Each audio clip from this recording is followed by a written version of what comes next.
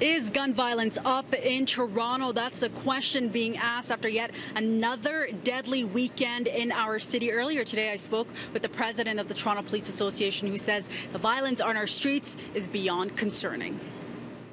Shootings on Queen Street, Augusta, public places, 10 people shot this weekend, 2 fatally, and what we've seen is a steady increase in shooting victims, 145% increase since 2014. There are 29 more shootings in 2018 compared to this time last year. In 2017, there were 170 occurrences and 248 victims by the end of June. This year so far, there have been 199 shootings and 257 victims. The data was last updated last Sunday and doesn't include this weekend's shootings in the city's downtown core. The numbers have been steadily climbing these last few years. In 2014, there were 177 shootings and 242 victims. Fast forward to 2017, those numbers more than doubled, with 395 shootings and 594 victims. The mayor is clearly at the head of this helm. What we need to do, and again, we need to have some long-term social fabric pieces about the socioeconomic condition and what gets people into gangs. Those are long-term fixes, as well as policing. But the interim fix right now is to get the police officers on the street right now, have a higher police presence, a presence that shows bad guys who are running around with guns that it's not okay to be carrying a gun, and that it's not okay to be using that firearm.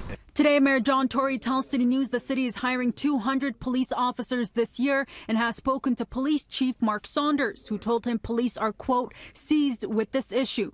Part of the mayor's statement reads in part, countless police officers from constables to the chief himself have told me how frustrated they are by the fact someone they arrest for a gun crime can be back out on the street on bail quickly and ready to cause more mayhem. That is not right, and that is something we can stop right now. I understand there will be those in the coming days who think they have a magic wand to fix the situation. The answers are easy if we work together to deploy more police and support the police to actually get these thugs behind bars and keep them there. This University of Toronto sociologist, who also studies gang violence, says Toronto is one of the safest big cities in North America, but says there's a slight increase in the numbers of shootings during summer. The summer is ripe for opportunities of ordinary conflict and disrespect. And when these kinds of things align and a person is armed with a firearm, it can often lead to disastrous and sometimes even lethal consequences, as we're seeing in Toronto. How are these guns even getting into our city? So there are a number of different theories out there, and the short answer is that we don't have a lot of data on this. But typically how people get guns is that a person will buy a gun legally and then they will divert that gun, either intentionally or unintentionally into the hands of somebody who uses it to then commit a crime. And then there's also just theft. Sometimes people will steal guns.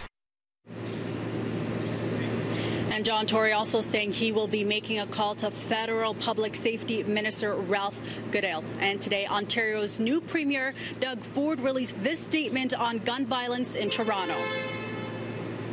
He says this has been a very difficult summer in our city, and thoughts and prayers aren't going to cut it anymore. We need action. Toronto is home to the greatest public officers. We need to make sure they have the resources to round up these criminals, build relationships in communities, and prevent these shootings. I'm looking forward to meeting with representatives from the Toronto Police in the near future so we can get to work on a strategy to end the senseless violence.